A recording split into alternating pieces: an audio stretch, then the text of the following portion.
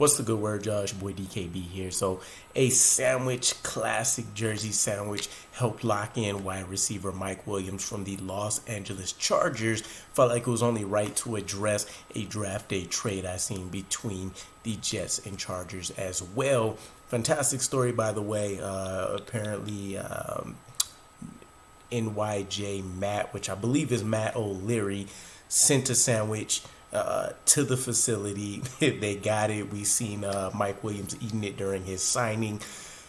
Going into the trade, though, it was a very interesting proposal. Keep in mind, this was pre-Mike Williams being signed, just him going on his visits.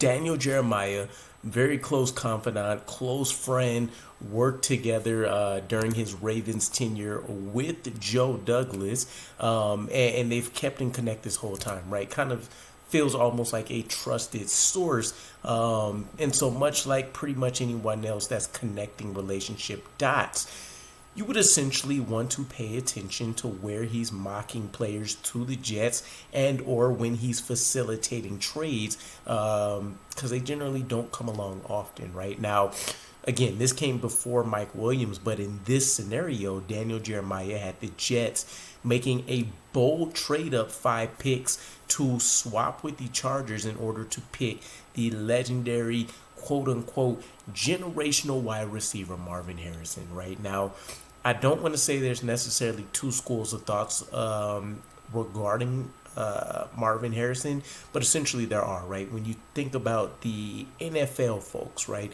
the actual scouting teams that are going out there, the executives, the coaching staffs, all of the representation there feels like Marvin Harrison is that legendary day one dominant starter for your franchise, right? And he's going to be that for 10 plus years if that's how long he wants to play. The only thing that could even stop or hinder him would be injuries, right? Then you have the media, and you do have a certain sect of like NFL analysts that say, well, you potentially have 3 legendary wide receivers in this class. Marvin Harrison is still at the top, but you're splitting more hairs than people think when you compare him to Malik Neighbors and Rome Odunze. And keep in mind, all 3 essentially have a very different style and element that they bring to the NFL field. But overall, I think 9 out of 10 people would say Marvin Harrison is the top guy on any given day. And this is a guy that can go out there and reset the rookie record book once again, let alone break all other kind of records that are going to be out there as he continues his career. Now, Daniel Jeremiah, as mentioned, connecting those dots. I do like him as a source because I think when you've worked with somebody for a number of years, even though they're going into further ongoing roles, there is a certain element of understanding how the mind works, what they may be thinking under pressure, or when they have roster needs, etc., etc. Right now, the latest mock draft. Again, we're going to trade with the Chargers to select Marvin Harrison Williams. And in this situation, it's hard for me to think that the Chargers would take this trade, right? I'll put that up front. But let's go ahead and talk about the details, right? For one, the value of it. Now, from the Jets' perspective, we've been wanting to trade down for a while, right? Which is why this will be such a shock that we're suddenly willing to trade up. For us to go down, let's say 5 or 6 picks, most people would be expecting that you're going to get about a second rounder, right? We kind of broke this down in a previous video, but if you drop 5 or 6 slots, it's more likely that you're getting something like a mid-day 3, maybe a mid-third round pick to a late third round pick, maybe early 4th. It's going to take 10, 12, maybe 13 picks before you start talking about having a second round selection. And then that's still anywhere from mid to the late round, right? Which would be greatly appreciated either way, but then it pushes you out of range. Now, the Jets' needs, they've been ever evolving. We finally pieced together a full starting 5 unit. On paper, Tyron Smith, left tackle, left guard, John Simpson, Joe Tippmann at center. You have Elijah Vera Tucker at right guard, and you have Morgan Moses at right tackle. Now we add into that the Mike Williams signing. We add into that we still may have interest in Tyler Boyd, right? What the Jets have effectively done and what Joe Douglas has mastercrafted, though, is that you can't pinpoint a single specific need that the New York Jets need at this point, at least on the offensive side of the football. You really have the opportunity to play best player available, or you try to really go about manipulating the board, right? And trading up was something a lot of us couldn't have, wasn't fathomable. But looking at this trade, I kind of talked myself into it. But again, getting into what it would take here.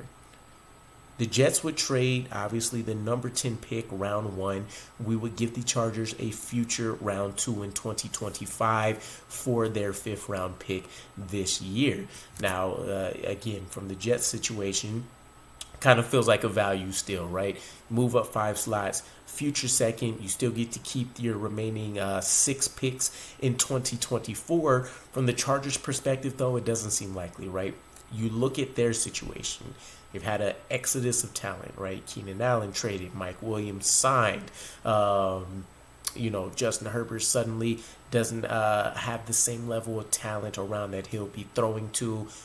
Will Dissly, I believe, at tight end. I can't recall who they have at running back right now, but pretty sure it's Austin Eckler, who may be running on last legs. If not, who knows? Essentially, though, there's question marks there in that offensive unit. The Chargers sitting at number 5, depending on what the Cardinals do, can have their pick of any of the top 3 wide receivers potentially, but definitely one of the top 2 in most given cases.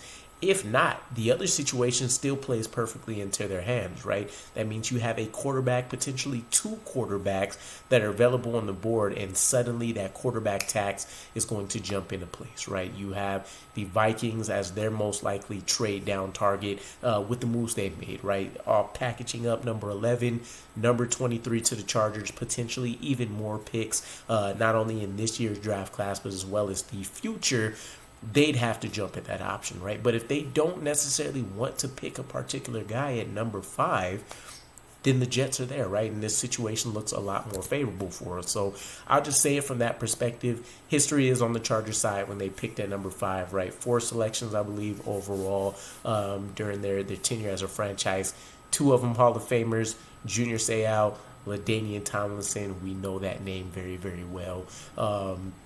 So it would be interesting to see Daniel Jeremiah's thoughts about this trade to move up for Marvin Harrison here. And again, keep in mind this was pre Mike Williams signing with the Jets, but he mentioned the Jets are all in with the veteran quarterback, and they recently acquired 2 offensive tackles to shore up the O-line. They desperately need another playmaker in the passing game to complement Garrett Wilson, so they trade up to select Harrison, the top receiver in the draft, and Wilson's former Ohio State teammate. Keep in mind, Garrett Wilson has also mentioned himself among the numerous Ohio State wide receivers that have come out in, let's say the last 5 to 10 years. Within Garrett Wilson's span, he's easily claimed that he's the best wide receiver that's been in that room. And keep in mind, he was there as well as Chris Olave, and both of the guys have shined out in the league so far.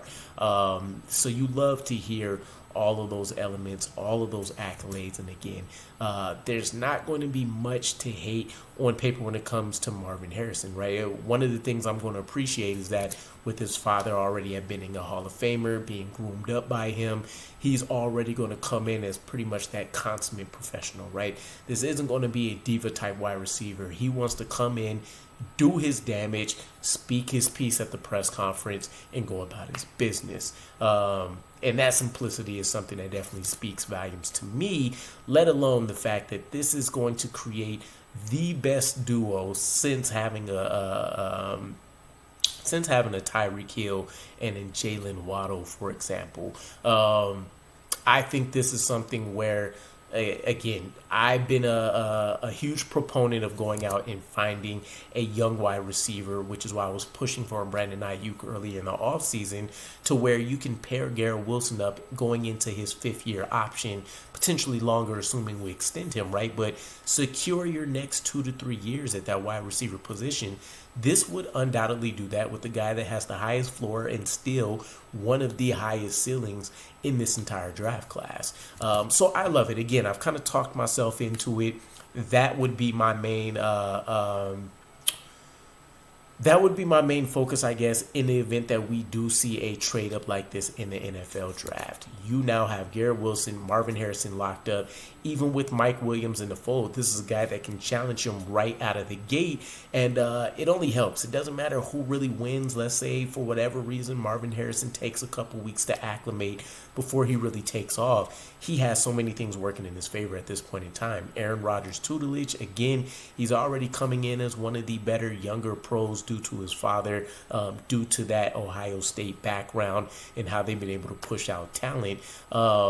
This is a win-win. It would be a clean win-win to me from the New York Jets to prospect fit type situation. But let me know what you guys think, Chargers fans specifically. I know dropping to 10, the situation becomes a little bit more pressing, right? If you do want a weapon, the most likely one available there for you is upgrading tight end, right?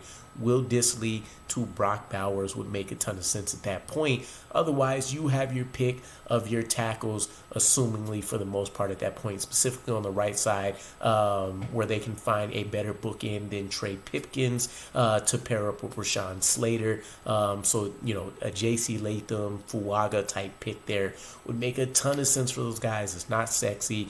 Yes, there's a ton of wide receivers in this draft that they should be able to pick from. Even still, even though the value may not be the best at 10 if you don't see a slide there. But it doesn't hurt them in any way. You pick up a future second. They still have 3 picks in the top 100, but I will leave it to Chargers fans.